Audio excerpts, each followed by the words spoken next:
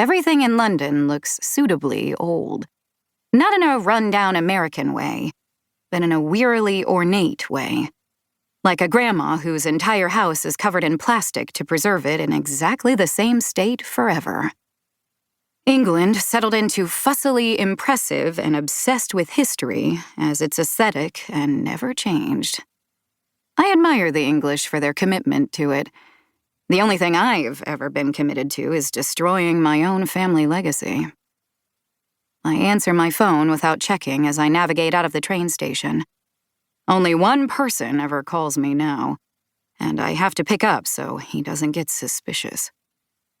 Dick, seriously, give me at least a day to settle in before you start trying to lawyer me back to America.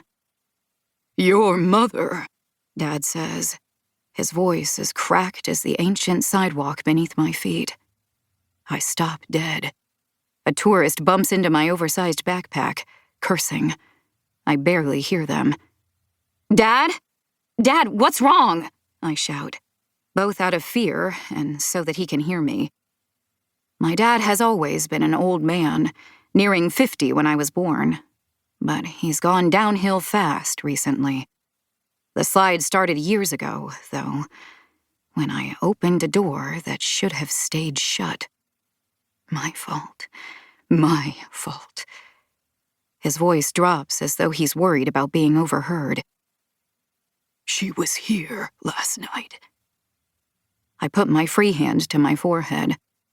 I don't know what hurts more, my head after the transatlantic flight and train ride into London, or my heart as I hear how scared and confused he is. I'm sorry to leave him alone. I really am, but he abandoned me when I needed him most, didn't he?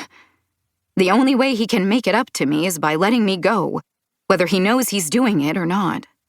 I can't feel guilty about it. He's in the nicest home money could buy, with the best staff, the best meals, and an upfront payment so large I can be assured he'll be safe and taken care of for the rest of his life. That's what we Goldemings do. Slap some money on the problem and move on. Dad, I say, Mom wasn't there last night. She's dead.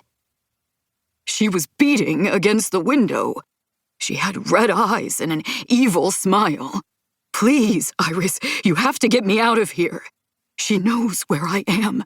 You have to hide me or she'll get in. I try to sound gentle, but I'm exhausted. Mom couldn't have been at your window, both because you're on the 3rd floor and because she's dead. I saw her, though.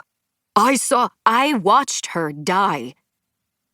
Blood being pumped out as fast as she could produce it, her body consuming itself.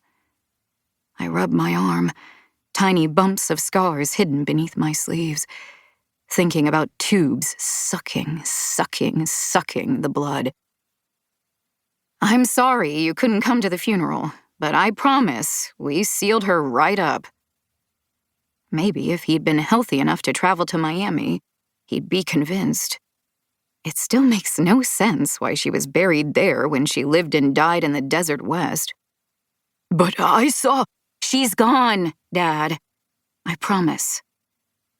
I don't tell him that I took a few minutes alone with the casket on the long flight to her custom mausoleum.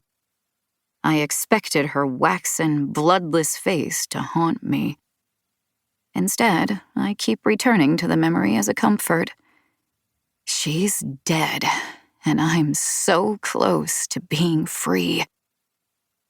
But she was here, Dad whimpers. She told me to open the window and let her in. She'll be back tonight. I know she will. He sounds like a child, scared of the dark. But he never protected me from the darkness or from my mother. I glance down the street, trying to get my bearings. All the buildings feel too close to each other, so there's no way to see where the sun is.